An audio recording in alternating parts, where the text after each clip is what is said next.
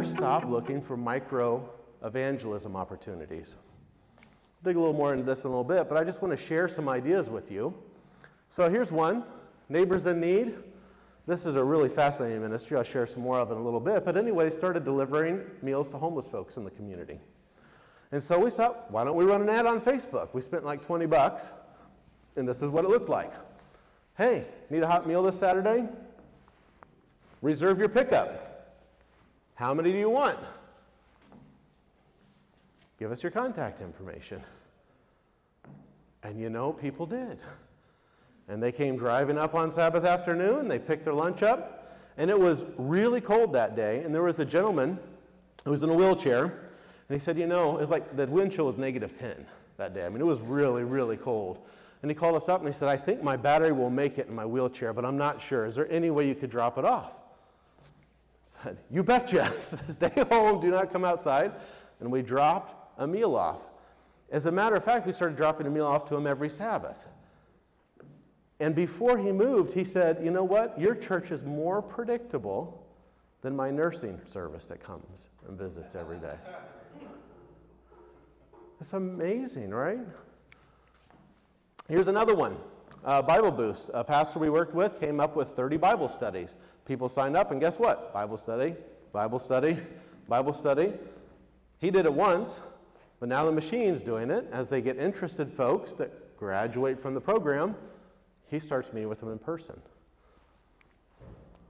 So an interesting one here, 30 Days to Better Health. So worked with Pastor Rose in the Fort Wayne SDA Church, and we automated this whole journey. And he's had close to 3,000 people from 25 countries that have signed up for that, which is amazing. And you know what? They like it so much, they started donating. They have donations from, I think, 8 countries, which is kind of mind-boggling, which kind of taught me something else. It says, you know what? I like that Jan Loughborough yesterday. He started charging for the pamphlets. We need to recycle some of these ideas. So they're donating and they're helping support the ministry. So guess what? The ministry can do more. That's amazing. And we did a year-long podcast with him on the Upward Look. And you can sign up now and you can get a podcast every day for a year. It was a big project.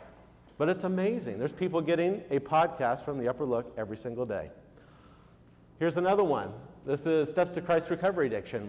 A church wanted to reach out people in their community who are struggling with addiction, and so they went to the Steps to Christ Addiction Recovery. Here's another one, concerts. So advertising gets really fun, and I may geek out on you just a little bit here. We had Jamie George coming to one of the churches that we were working with. We said, you know what? Maybe we can target people who like violin music. And so we did. And guess what? People showed up for the concert.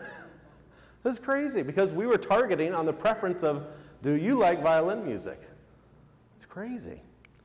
So many opportunities here. This is a fun one, Happy Fall. So I wanted to do something in the community that reached out to say, hey, you know what? Would you like to come by our church? We have an alternative to Halloween. We've got some goodies and some cocoa with our little friends and everything. We put this out, advertised it in the community, and guess what? 200 people came driving up, picked up their treats, and left. It was amazing, right in the middle of COVID, too.